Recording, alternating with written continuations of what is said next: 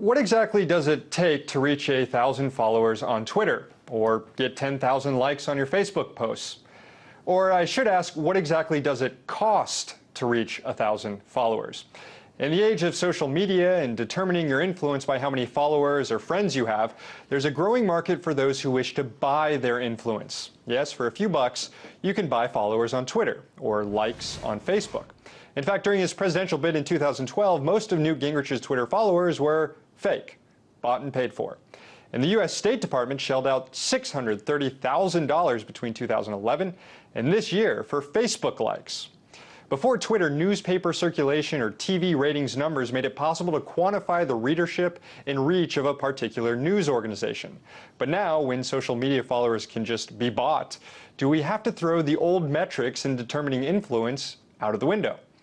Let's do some tech talk with digital media specialist at McAfee Strategic, Ashton Moore here in DC, and Charlie Wartzel, deputy editor at BuzzFeed Forward from New York. Thank you both for joining me here. So, Charlie, I want to start with you. Do Twitter followers and Facebook likes have any meaning anymore? Well, absolutely. In an organic sense, I think it's probably it's difficult to estimate who's real and who's not, but you can get a general sense, especially online with a lot of journalists and people who have become personalities on Twitter and on Facebook. Those people, you can really get an idea that they understand and know what they're talking about, and that their followings have grown because they've earned them. It's a little harder in the world of brands and with some of the offbeat celebrity types, but yeah, I think they still matter. Ashton, do you think buying Twitter followers is an acceptable social media strategy? Well, it depends on what your strategy is. A comprehensive, targeted strategy will actually have a plan to organically build an audience because you're sharing valuable content. To buy followers is to essentially say that you don't have enough valuable content to organically gain those followers, I would say. So to buy them, it not only negatively impacts you because you're already admitting that you're not going to take the time to build a strategy, but it also means that when you buy them, most of the time they're just robots and drones and people who aren't real. And so they'll never share, and they'll never like, and they'll never retweet, if it's Twitter, the content that you produce. Charlie, isn't it, yeah, I guess you're as Ashton said, you're kind of conceding that you don't have anything when you start buying followers. But doesn't that set off like an quote-unquote arms race when certain people are buying followers and you want to try and have influence too? Because let's face it, when you're on Twitter and you see somebody you don't know, you look at their followers. Is that a concern?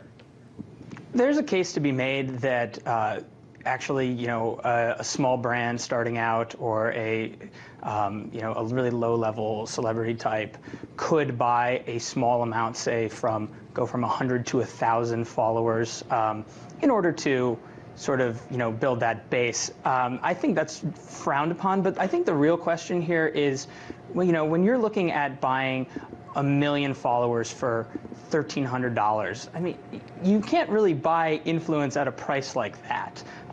It just sort of doesn't seem to play out mathematically, and people are wise to this, I think.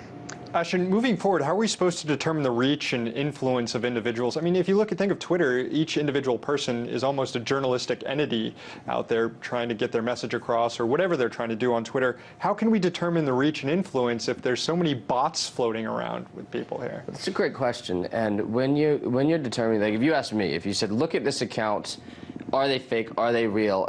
We wouldn't have to so much go into their actual people and look at them one by one, but what we could look at is the kind of reach that they have. There are things like Clout that tell people how many people are affected, how many people retweet it. There are other things, other social sharing tools online that will tell you how many people are just engaging on, for example, your Facebook page. And so a quick and easy way to do it would be to say, does this person have 1 million followers? If yes, then is the person getting commentary? Are they getting feedback? Are they getting input? Are people sharing their message and their brand? And if the answer is no, then it's a quick and easy way to make an educated guess that those million followers may have been bought. Charlie, last question. I'm picturing a time in the not too distant future, and we might already be there, when bots are outnumbering actual people on these social network platforms. What does that do to things like Twitter and Facebook? Does it affect them at all? I think that it all depends on the sophistication. There are accounts, they're not necessarily bots. I mean, some bots do retweet and like and things like that. But you know, in general, I think that people figure this out, and you can look at an account that only retweets, you know, a certain person or a certain publication. It's very obvious. Digital media specialist Ashton Moore and Charlie Wartzel, deputy editor at BuzzFeed Forward. Thank you both.